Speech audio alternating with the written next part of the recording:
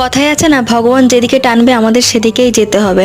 অনেক দিন ধরেই ভাবছিলাম দক্ষিণেশ্বরে যাব, মায়ের দর্শন করব এবং মাকে পুজো দিয়ে আসব।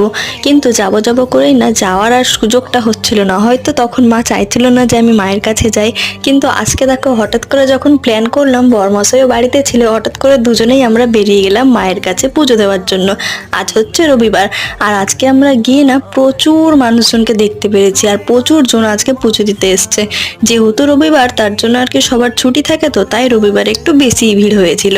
এই যে আমাদের লাইন তো পুরো ব্রিজ অবধি চলে এসেছিল, তোমরা তো দেখেছিলে। আর ওই ব্রিজেই কিন্তু আমরা বাস থেকে নেমেছিলাম।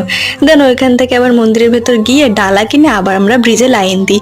আর আমরা ব্রিজে লাইন দিয়েছিলাম 11টার সময়, আমাদের পুজো হতে হতে প্রায় 1টা বেজে গেছিল। যাই হোক, মাকে পুজো দিয়ে দর্শন করে আমার মনটা তো অনেকটাই ভালো লেগেছে। তারপরে কিছু খাওয়া দাওয়া করে নিলাম। এই যে আমরা নিয়েছিলাম ভেজ থালি। তো চলো সুন্দর ভিউ দেখতে দেখতে এবার বাড়ি ফিরি।